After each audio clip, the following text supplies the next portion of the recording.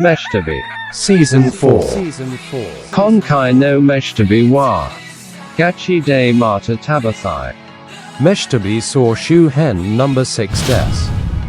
早いもので私たちが右も左もわからない YouTube というツールに手探りで取り組み始めてから丸3年が経ちました。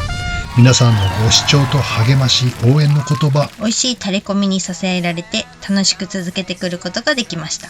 ありがとうございます。ありがとうございます。今回は3年間の総集編の第6弾。少しだけ形になってはいるものの、まだまだ成長過程のツッコミどころ満載の飯旅をご覧ください。それでは早速Let's get it started. 1. BA Biberé 札幌フレンチの名店モリエール系列第2弾。ここは2014年にオープンした地元美瑛で採れた新鮮な野菜と北海道の旬の味覚を生かしたコース料理を楽しむことができます。小麦畑が目の前に広がるレストラン。入り口に入ると香ばしい香りのパンたちが出迎えてくれます。パンだけ買いに来てる人たちも多いよね。そうだね。パン買って景色のいいところで食べるのもいいかも。ウルトラマン？美瑛は景色がほんと綺麗だもんな。こちらのランチコースはお肉の種類で値段が変わるみたいだね。そうだね。今回は3200円のコースをいただきました。めっちゃリーズナブルだよね。地産地消にこだわったお野菜たちが満喫できて、器に白樺の木を使ってるのにはびっくり。白樺？器に。そうなの。料理だけじゃなく目でも楽しませてくれるわけだね。憎いね、ビブレさん。でしょう。何より焼きたてのクロワッサンがサービスされるのがクロちゃん好きにはたまらない。そりゃめっちゃテンション上がるわね。向かいに座ってたザーマス系マダムたちも大喜び。ザーマス系いましたか？はい。4. BA Merle 美瑛の深い森にポツンと佇むメルルさん。こじんまりした可愛いナチュラルなお店が印象的。すんごいところにポツンとあるよね。美瑛は特に多いかもね、こういうタッチ。イートインもできるんだけどね、行く途中でナイススポットを見つけたからね、邪魔にならないところに車を止めてちょっと休憩。たまらないわ、あの数分のくつろぎ。好きだな、この瞬間。ピクニックスイーツいいね。こういう場所見つける才能あるかもしんない。素敵な小麦畑を一望でき、美味しいスイーツ最高でした。美瑛らしいナチュラルな焼き菓子だったよね。食べる場所探しも楽しいピクニックスイーツ。これメシタビーズのツボです。はい。7. Furano Yui ga Dokson 富良野といえば王道中の王道、由比ヶ独尊さん。ここ北海道民なら全員来たことあるんじゃないでしょうかね。全員？今日も週末だから全員来てましたね。全員って？昼時は外に50人ぐらい並んでましたよ。並ぶ気も失せる人数ですね。夕方第2昼食としてトライです。4時くらいに行くとほぼ並ばなくて入れましたよ。それでもテラス席までびっちりだったね。前よりルーがさらっとした感じ？気のせいかな。どうでしょう。最後に行ったの20年ぐらい前だからね。そんな前で一度やってみたかった由比ヶ独尊の合言葉。おかわり行きました。はい、恥ずかったけど。行ったのはね。ルールルルルルルル。この合言葉を言うとルーがもらえるんだよね。やってみたいがためにお腹いっぱいなのにルーおかわりしちゃった。トンチが効いてて楽しいよね、これ。これはナイスですね。Onsen Information ニューヨーク。富良野美瑛界隈ならここです。ここ私たちの北海道指折りのお気に入り温泉。超リラックス癒しの標高1000メートルにある温泉、吹上温泉白銀荘。青い池のずーっと上の方にあるんだけれど、峠なのかなあれ。天気がいいと道中夕焼けがやば綺麗なんだよね。旭川の街の明かりが遠くに見えてすんごい綺麗な夜景だよね。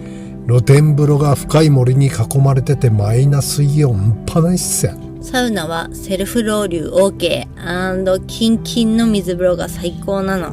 整う。水風呂低い時は11度ぐらいだからね、足もげそうになるよ。混浴露天風呂もあるんだよね。水着着用だけど、これも珍しいよね。ね、混浴露天風呂っていうワードだけでテンション爆上がりさ。変態親父には最高の温泉だね。深山峠にあるゴルフ練習場。気持ちいい。富良野の丘陵に向かってダイナミックな打ちっぱなし、ネットなしですよ。近くにゴルフ場はないんだけど、通りすがりに1、2かごって感じかしら。天気のいい早朝とか気持ちいいですよ。ほんと、300円40球かな。気軽に無人自動販売機システムでね、多分24時間いつでも OK。 言うても夜明けから日没までって感じ、この界隈のコースだと富良野プリンスのパーマーコースがいいコースですね。ちょっと難しいけどね。 See you soon.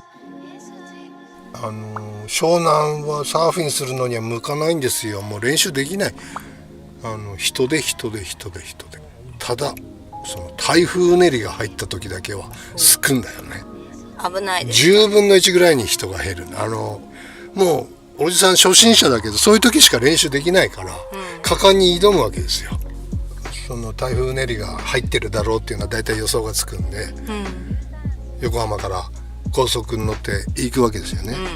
そうすると真っ赤なスポーツカーにサングラスの女の子が一人でサーフボードを天井に積んでね、ビューって追い越していくんだよね、おじさんの車をね。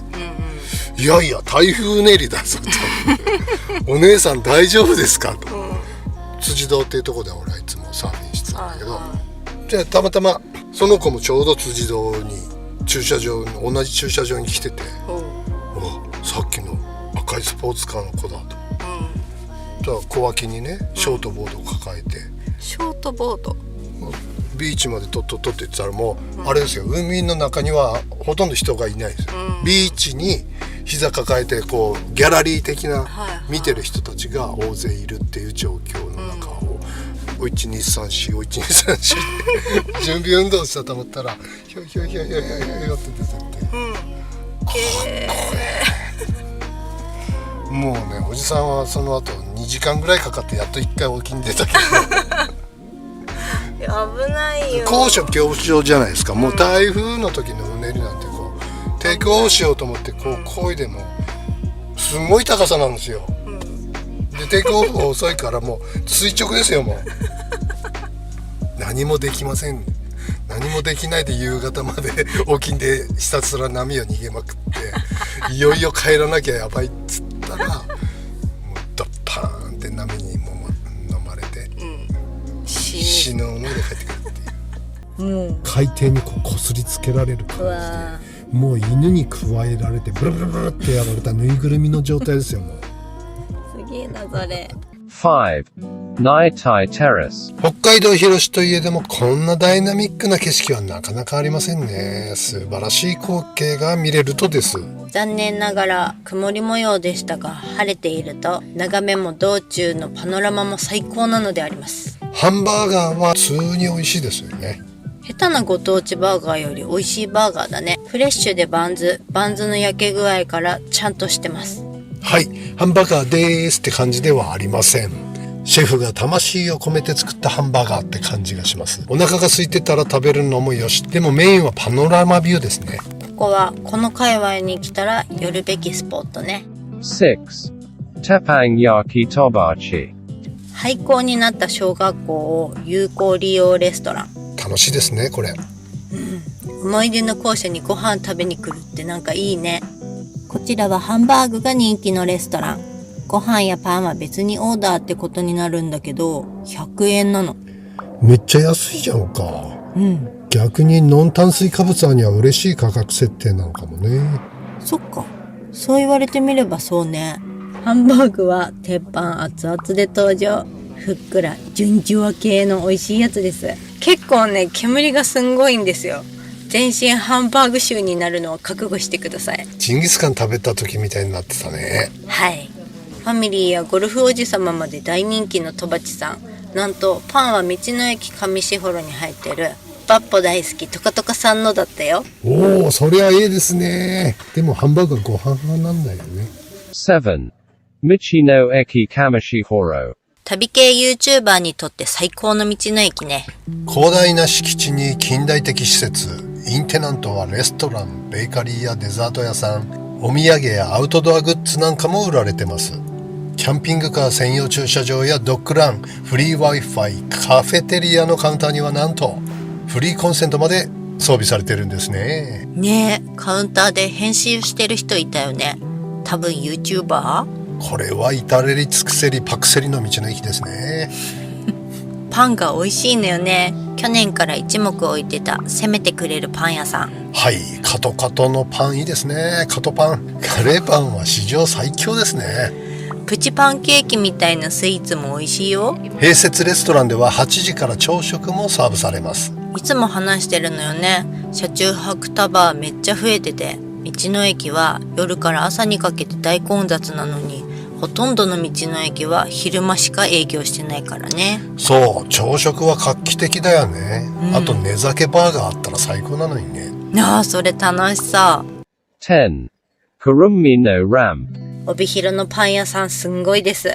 さすが小麦王国ですね。パンはやめようと思ってるんですが、これじゃあやめられません。楽しいラインナップのお店がたくさんね。くるみのランプ、麦音、トカトカの3本柱ローテで今シーズンは戦おうと思います。紛らわしいから野球みたいに言わないで。よもぎあんパンかわいすぎる。パンの見た目が楽しいパン屋さんだよね。ショコラオレンジの乗ったパン、パンオショコラ、ドストライクど真ん中の石田ゆり子パンだね。作ってくれてありがとう。それを言うなら、くるみとチョコチップのビスキーブレッド。これドストライクど真ん中。ブラピパンよ。コーンフレーク乗せたまま焼いたパンなんか見たことある？斬新すぎる。かっこよすぎ。焼いてんの？パンだけに11. Bokashi no Yakata Akutsu. 帯広はケーキ屋さんもすんごいです。さすが小麦王国ですね。ケーキはやめようと思ってるんですが、これじゃあやめられません。値段が驚きよね。半額とまではいかないけど近いものがあるよね。安いのに美味しいスイーツたち。あまりにも安いので2個ずつ天気のいい外でいただきました。ケーキたちもビューティフルだったけど、店員さんも美人だったよね。あ、そう？俺は他の女性には眼中に。Take 2. 俺は他の女性は眼中にないか。 Take 3. あら、そう？僕は他の女性には眼中にない。 Take 4. あら、そう？僕は他の女性は眼中にないからね。嘘をしちゃい、そんなに言い間違えてるくせに。 Golf information. 広大な河川敷でダイナミックに打ちましょう。バンカー、アプローチ練習場、パッティンググリーンもありますよ。中心部から10分程度と寄りやすいのがいいよね。東京の人が見たらひっくり返るボールの値段。北海道にゴルフしに来たらええよね。平日なら5、6千円くらいでたくさんゴルフ場ありますよ。どう？私と勝負する？もちハンデはもらうわよ。12. Curry Shop Jungle 1. 帯広でカレーといえばインディアンよね。もちろんインディアンはもう65回ぐらい食べてるけど、街中店店長のあのキレッキレの動きが大好きでさ。最近はどうなのかしら。10年前はすごかったよね。キレッキレで。見てるだけで楽しい気分にさせてくれたよね。リズミカルな動き、マニュアル化してほしかった。ここはお初よね。そうそう。前からあるのかな。かなりチェーン店的な設備に驚きつつ、カツカレーなんとここ550円です。逆になんか不安になる金額だよね。期待に胸を膨らませつつ、ニュースプでございます。いや、美味しいカレーでしたね。帯広に住んでたらインディアンよりこっちかな。残念ながらカツはラード揚げではなかったけれども、これ好きなタイプのカレーです。あなた店に入った瞬間に言うわよね。お、ラード揚げってあれなんで？匂いさ。揚げ油の匂いでラードかどうかはわかるんよ。それがいまいちわかんないのよね。あんた犬なの13. The Chianti. 完全なる住宅街にございます。こちらのカフェレストラン。こんなとこにあんのってね、本当か Google に2度聞きしましたよ。はい、キャンティ人気ナンバー1はなんて言ったってチンズ。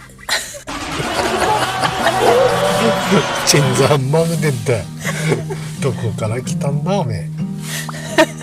Redo. キャンティ人気ナンバー1はなんて言ったってチーズハンバーグ。キョンキョンこれは人気なのも納得です。なんと桜チップでスモークされながらの登場。ガラスのカポって蓋されて。ほう、そういうことね。なるほど。これ珍しいね。ね、思わず声出ちゃったの。15. Genghis Khan Hokkaido. 帯広のジンギスカン屋さんもすんごいんですよね。はい。札幌が忘れかけていたジンギスカンを思い出させてくれますね。スピード感がいいよね。20分いたかいないかみたいな。それは我々がせっかチングなのでは。繁盛店は絶対に超強火よね。どんなに煙くっても美味しさ優先。ここの黙々加減もなかなかよね。でもやっぱり強火が美味しい。はい、それ大事。肉は火加減が大事です。どんなにいい肉でもね、火力が弱いと美味しさ半減。肉に失礼ってもんさ。お腹いっぱい食べて2人で2000円以下。これってもう札幌にはない文化ね。間違いない。昼飯ジンギ屋って感覚が札幌はあんまりないかもね。帯広はむしろ昼食しかやってない人店多いかも。だね。ジンギスカンはいつ何時食べても美味しいけどね。間違いない。高校生の時にはい。洋式便所。友達が遊びに来たうちに大きい方がしたいと友達がトイレに入ったんだよね。で俺いたずら好きなんで、自分家だからトイレの鍵とか開け方知ってっから、こうちょうどこう出かかってるいいところで開けてやれと、いたずらをでね、当時にしてはねうちは進んでてマンション住まいだったんで、洋式便所だったんですよ。ウォシュレットなんてもちろん全然ない時代だけど、それでそろそろだなっていうところを見計らってガチャってこう開けたわけで洋式便所で座ってると思うから下に目線をやるでしょ、ジェーっていう感じで、そしたらいないんだよと思って上見たら洋式便所の上にしゃがんでやめれって恥ずかしそうにほくそ笑んでいるがいたっていうすげえ恥ずかしそうな顔して、そんな彼はもうアメリカ暮らし40年ぐらいになりますね。元気かな。もうさすがに洋式便所の上にしゃがんでしてるわけじゃないと思うけど。そうだね。今もそうだったら面白いな。Meshtabi. This program brought to you by Babo and Green. Konkai no Meshtabi wa. Gachi de Mata Tabathai. Kushiro Nemuro Kaiwide. 15 des. Let's get it started. 1. Kushiro. Nunbun te. 釧路中心部から20分ぐらいドライブかな。石塚先輩もいらしてたようですね。開店後すぐウェイティング状態になってましたね。ソーシャルウィンドウ全開の兄さんが開いてるって言いながら入ってきたのがツボったね。ちなみに英語圏でソーシャルウィンドウ is open なんて言っても通じませんよ。社会の窓なんて日本独特の言い回しですからね。そうよね。どういうのかしら。 Examine your zipper. です。そっか。チャックを確かめてって意味ね。だ。前回兄さんの話はさておき、ザンタレが有名なお店です。ザンタレというよりこちらは油淋鶏に近い味かな。ネギなしの。そうね。いやはやホタテフライやりました。これは素敵。ビッグサイズのホタフが5個も。しかもかなりの肉厚。タルタルたっぷりで頬張るともう幸せ全開です。みんなを全開ハッピーにするホタフはすごいね。ここのホタフは北海道最強かも。ザンタレは正直もういいと思ってたけど、このホタフいいわね。これは釧路に来るたびにいただきたいわ。ホタフは衣が外れやすいので気をつけてね。 2. Namuro. New Cowley. 根室市商工会館にございます。ゆったりとした落ち着いた店内にはクラシック音楽が流れるお店。ここはスタミナライス発祥のお店ということでお邪魔しました。これも根室のソウルフードなのよね。初めて聞いた。ね、見た目野菜炒めにしか見えないんだけど、スタミナ中ぐらいだからなんか隠れてんだべなって思ってたけど、これが意外。とんかつが隠れてましたね。これはわんぱくですね。それにしてもカツ好きだね、室。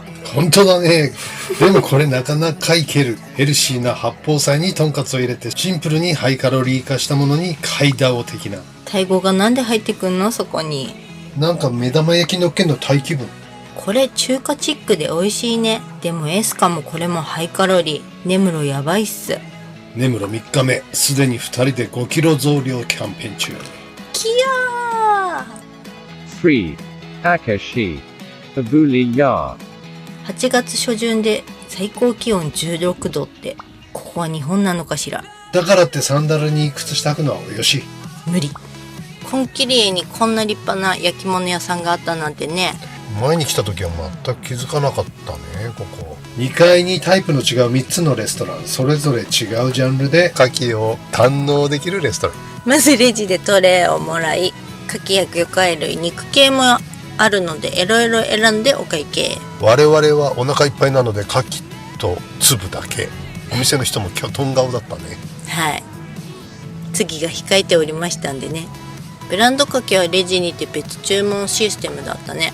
あとは自分たちで焼きバーベキュースタイルです。いいね、これ楽しいわ。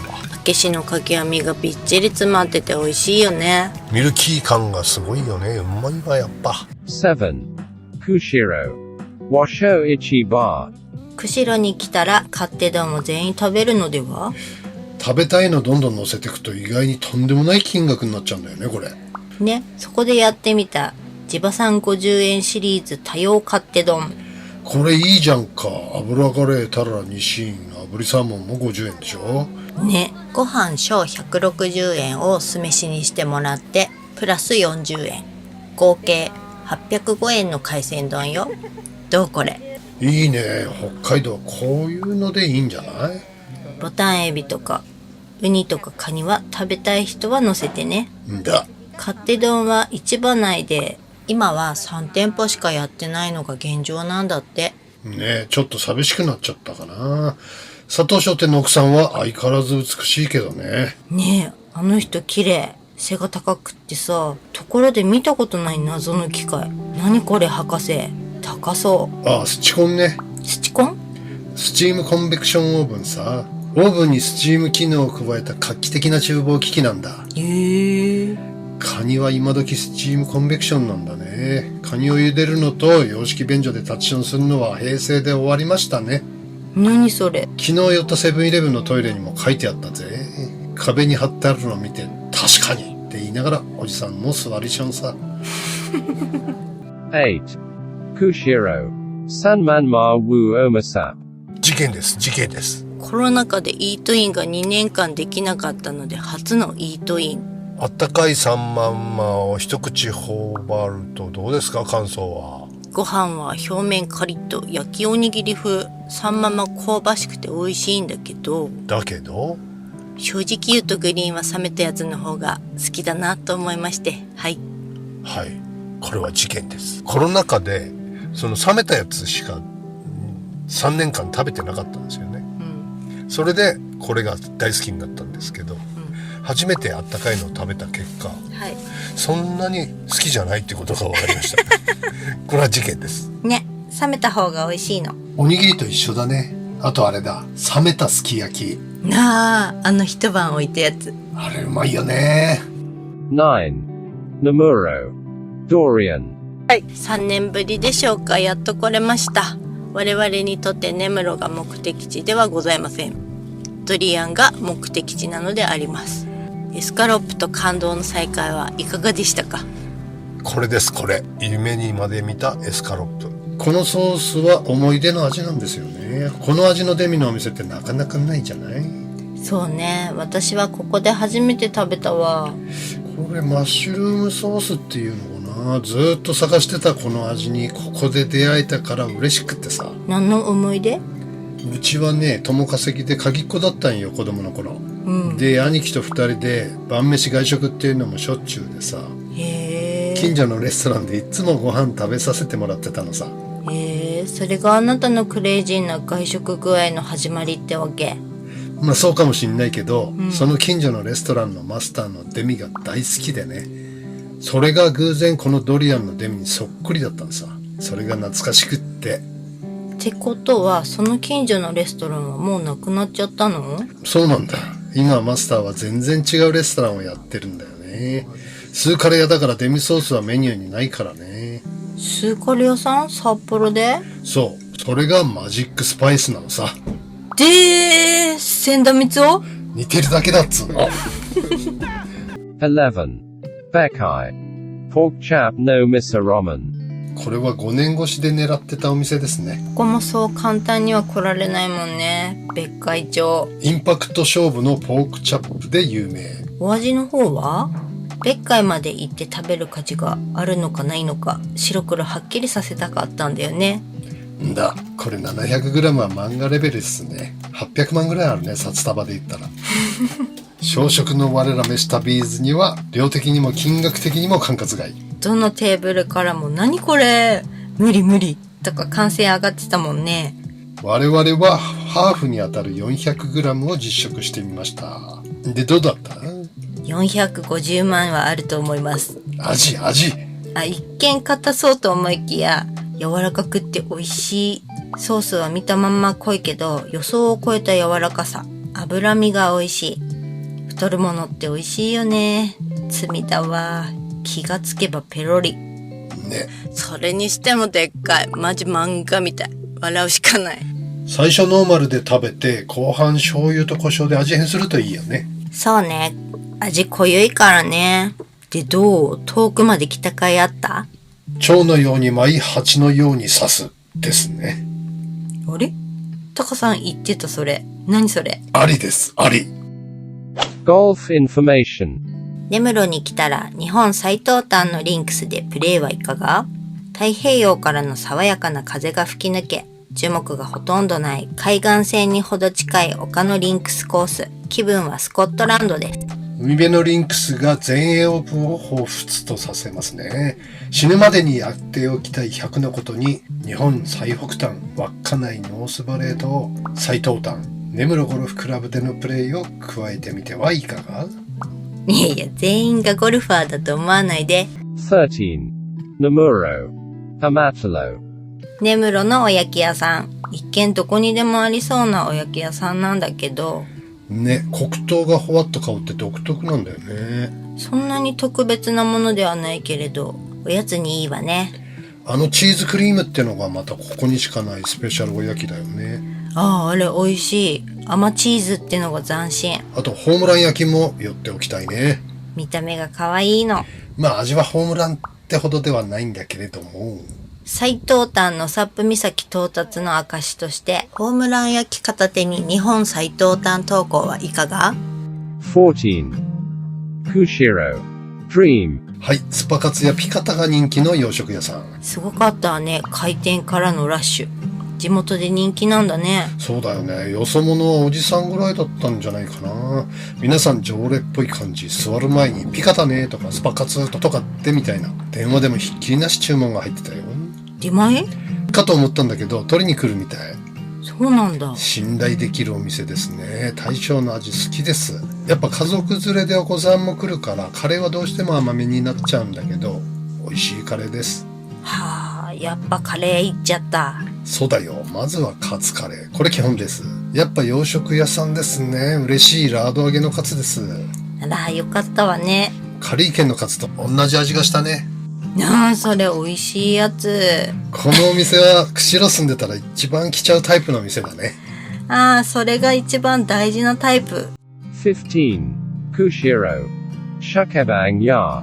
釧路の朝はここから鮭番屋さん。初めて来たのは何年前だったかね。昔は水産系の人がほとんどで、今はネットがあるから一般のお客さんも増えたとか、ジモティーでも知らない人が多いってスタッフさんが言ってたね。かなり偏僻なところにあるからね。うん。最初 Google ナビで案内された時に嘘っしょって言ったもんね。言った。右ですって言われて、っつったもんね。ってなる。魚の美味しい食べ方を教わったお店やね。本当だ。釧路っていうより北海道で一番おすすめの炉端かもね。はい。魚を知り尽くした店長、魚は捨てるところがないってね。魚をカットしながら皮も一緒に食べるのがうまいんだってね。いい声してんだわまた。なんで魚屋さんっていい声の人いらっしゃいいらっしゃい。それ違うと思うけどしかも店長さんさ藤原組長に似てなかった？似てる。関節技うまそうだったもんな。かっこいい。水風呂の水際。水着は風呂入る前にもう頭から水をね、水際のとこでジャージャーってかけるのはいいんだけども、はいはい。水際すぎて顎からもう汗流れたのと一緒に湯船の中にジャージャー入ってきてるんだよ。わかる。それはお前その池に入ったボールドロップするときにそんな水際でやるかと。確かにね。またボールこぼれ落ちるようなとこにドロップしねえだろって。しませんね。2クラブレングス下がれよと。結構あれ頭からかぶるでしょ、してさ、もうサウナギリッギリまで詰める人なんか結構よだれとか鼻とか詰める人とかもいるじゃん。その糸引いてる状態で頭からかぶってるやつを水際でこうね、きついね。おいってなる。もうちょっと下がってやってくれて、いやなんならシャワーでお願いしますよ。はい、わかります。これはね、法整備した方がいいね。法整備？サウナ法とかね、水風呂法とか。スピード違反が違法で汗だく入水が合法っていうのは納得できねえじゃん。いや、合法って。This program brought to you by Babo and Green. Konkai no meshtabi wa. Gachi de mata tabathai. Eniwa Kitahiro Kaiwai 13 des. Let's get it started. 1. Kitahiro Shima. Shikanaku Restaurant. Upka no Mori. こちらは鹿肉のレストラン。鹿肉のステーキやハンバーグが楽しめるお店です。脂肪が少ないヘルシーな食材として関心を集めている鹿肉。低カロリー、高タンパク、鉄分も豊富でとってもヘルシー。鹿肉に含まれるヘム鉄と呼ばれる鉄分は、ヘム鉄？人の体に吸収されやすく、冷え性や貧血を予防する働きを持っているので、貧血気味の女性にもぴったりな食材です。メタボが気になる中年男性にもね。中年って何歳まで？期間や書籍によっても様々なんだけども、法律的には45歳以上中高年齢者。ってことはグリーンは65歳以上の方を高年齢者としているそうよ。65。じゃあおじさんまだ中年でいられるんだ、しばらく。そういうことだね。よかったね。ちょっと安心。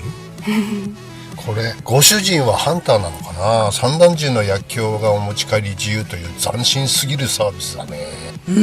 面白い。鹿肉の販売やドッグフードもあったりしてレア感半端ないよね。言われなければ牛と思うであろうステーキたちが素敵でございます。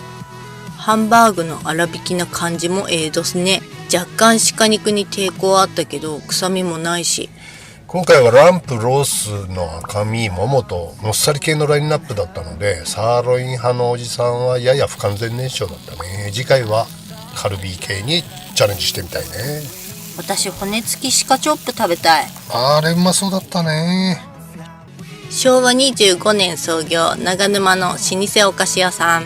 イートインスペースがあっていいね。こその場で食べれてお茶コーヒー無料。このシステムいいわ。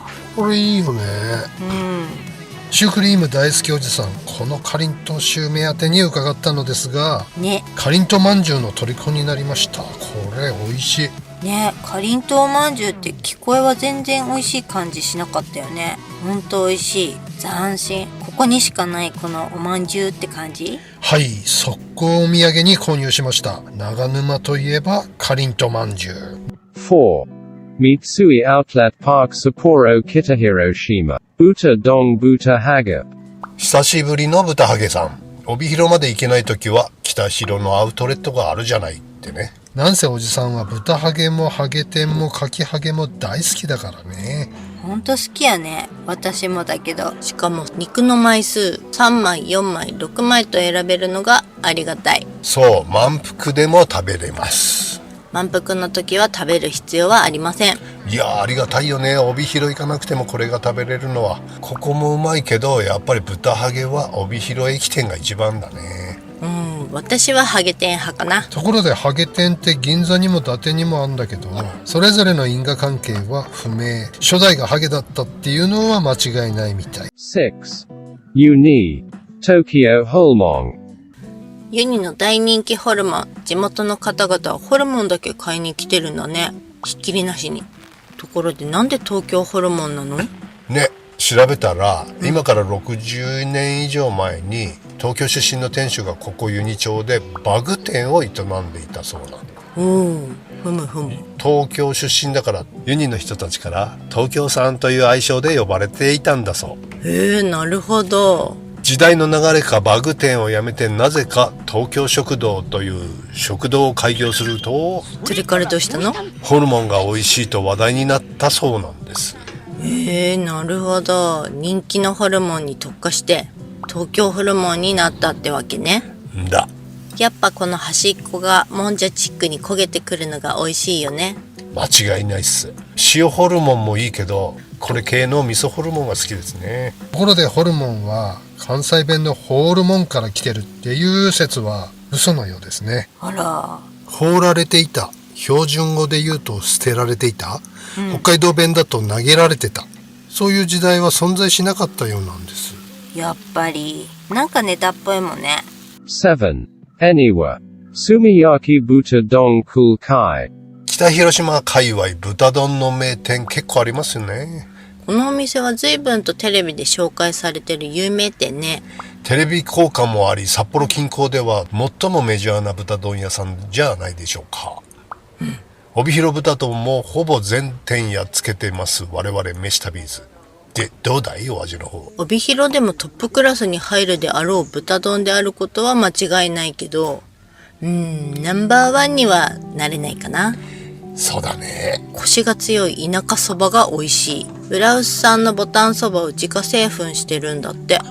ボタンそばは北海道で古くから作付けされていた品種。栽培が難しいことから生産量の少ないため幻のそばと呼ばれているんだそうだよ。そんな幻のそばと豚丼セットでいただけるのが斬新でですわね。はい。このおそば好き。かなり美味しいそばだねこれ。豚丼とセットでいただけるのがいいわよね。そうだね。帯広は麺とセットになってんのなんでないのかな。そういえば空海もグリーンと同じ6月生まれなんだね。そうなの？開店日ってことは？西暦774年6月15日生まれさ。いや、それ本物の空海。Onsen information. Anywhere. Honoka. この辺りは水風呂がいいんですよ。はい。千歳の縁もまあまあ良くて水風呂の温度15度ぐらいかな。恵庭はラフォーレもほのかも13度前後とキンキンになるよ。整います。整う。ほのかにはキャンプ施設も併設されてるから、キャンピング&温泉入り放題のプランなんかもあるから要チェックだね。8. Kuriyama. Taiho. 栗山の大人気ラーメン店、連休というのもあり大行列です。ねえ、全員来てる。栗山にこんなに人いるんかねっていうぐらい並んでたね。はい。懐かしい感じの昔ながらの味噌ラーメンです。西山麺が美味しいですね。久しぶりに食べると。隠し味的なピリ辛で締まった味の味噌スープがいいですね。作ってる兄さんが一杯ずつ味見してるのが好感持てます。ラーメン屋ではあまり目にすることのない光景ですからね。そう言われればそうね。ラーメン屋さって味見しないよね。だろう、レシピが決まってるのはわかるんだけど大切なことだよね。あとは女子の味見も随分なさったのかしら。何を言うんだい。9. Ubali. Wusagi Akashiho. セブンイレブンのレジ前にあります。なんとも魅惑的なフォルム&ネーミングじゃないですか。おじさんイチコロです。ふわふわで油っぽくないドーナツ、シナゴモン。なんかウルトラマンの怪獣かなそれは。ウルトマン。ふわふわで油っぽくないドーナツ。シナモンが効いてて美味しいわ。セブンイレブン空知ユニ店、長沼店、千歳空港でも。うちの近所のセブンイレブンになくてよかった。毎日買ってもらうやろこれ。11. Anywhere. Sweetgrass. 自然豊かな町外れの森にある人気レストラン。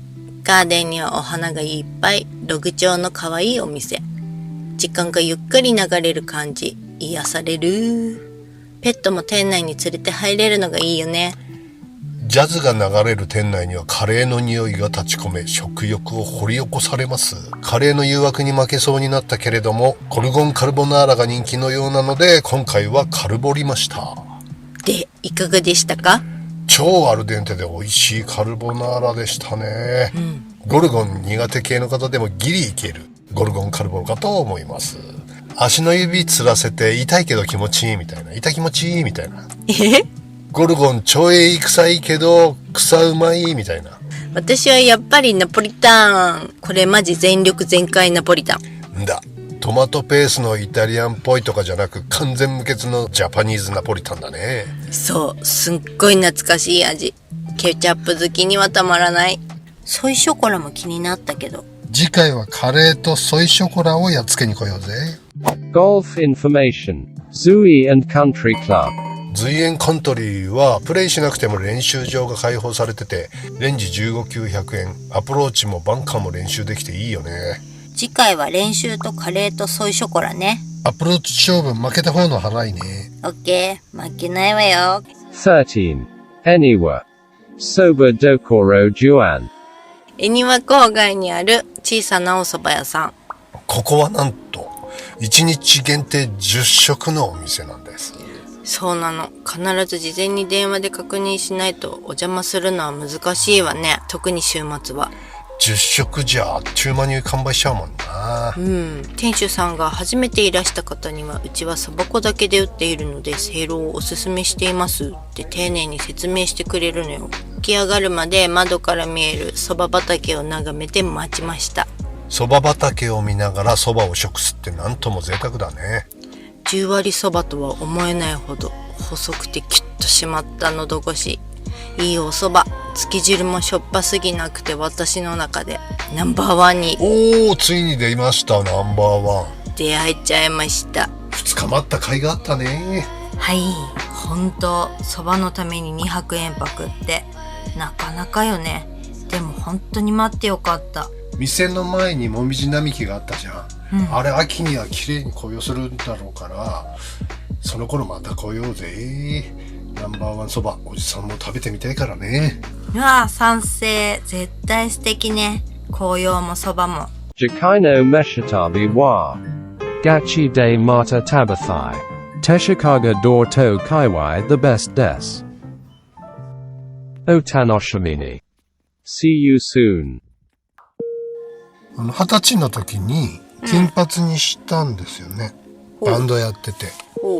したっけ、お着物だからパッチテストも何もせずに、ブリーチしたもんだから自分でね、アナフィラキシーみたいになったんですよ。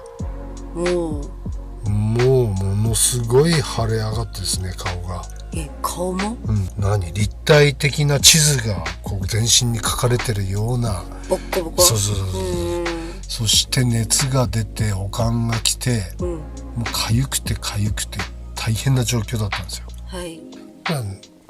運悪く内科に行ってしまったんだよね。近くにあったね。